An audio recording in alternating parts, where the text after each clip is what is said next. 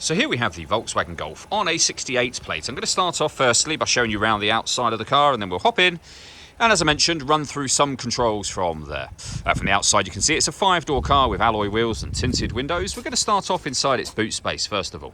As we approach the back of the car, you can see we have reversing sensors, plenty of boot space as well, along with the 60/40 split folding rear seat, should you wish to increase this space even further. Okay, so we're just going to work our way back around to the front of the car, and then we'll hop in and, as I mentioned, run through some of the controls from there. Just briefly before we climb in, I think it's well worth seeing the interior from this exterior point of view. There's plenty to run through on the dashboard, so let's hop in and we'll do that now. Okay, now that we're inside the car, we're going to start with the dials. On the left-hand side, first of all, we have the rev counter and coolant temperature gauge. On the right-hand side, the speedometer and fuel gauge. In the centre, you can see the total miles of the car. They are 69,367. We have a digital readout for the speedometer above that. You can change that information for various bits of trip computer and fuel economy info. Lots of other menus available as well. Eventually back around to the beginning again, and that is all done via the buttons on the right hand side of the steering wheel just here. We have our stereo controls, which continue on the left hand side along with cruise control. Once you set cruise control, hit this button here. This car's got adaptive cruise control, meaning it can speed up and slow down automatically based on the car in front's speed.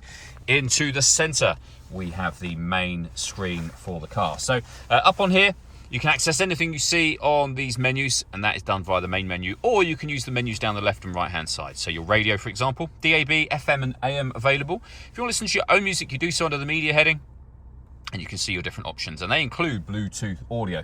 So not only can you make and receive phone calls, once you pair your phone, you'll be able to stream your music wirelessly as well. Pairing your phone is easy. Hit the phone button, follow the instructions on screen from there. On the subject of phones, if you hit the app button, you can see we've got Apple CarPlay and Android Auto, both available.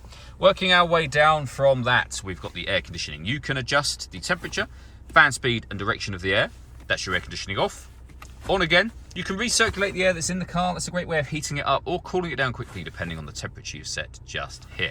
We have some storage, USB and auxiliary inputs, the gear lever for the 5-speed or 6-speed, manual gearbox, reversing sensors. You can turn off your stop and start. So this car is designed to cut out when it's stationary in traffic to save you fuel.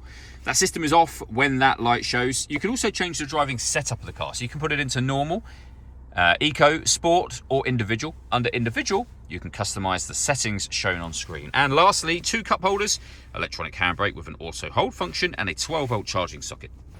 All that leaves me to say is thank you for taking the time to watch this video. If you'd like to come and see the car in person and have a test drive, please feel free to give us a call here at Surrey Specialist Cars. We'd love to hear from you soon.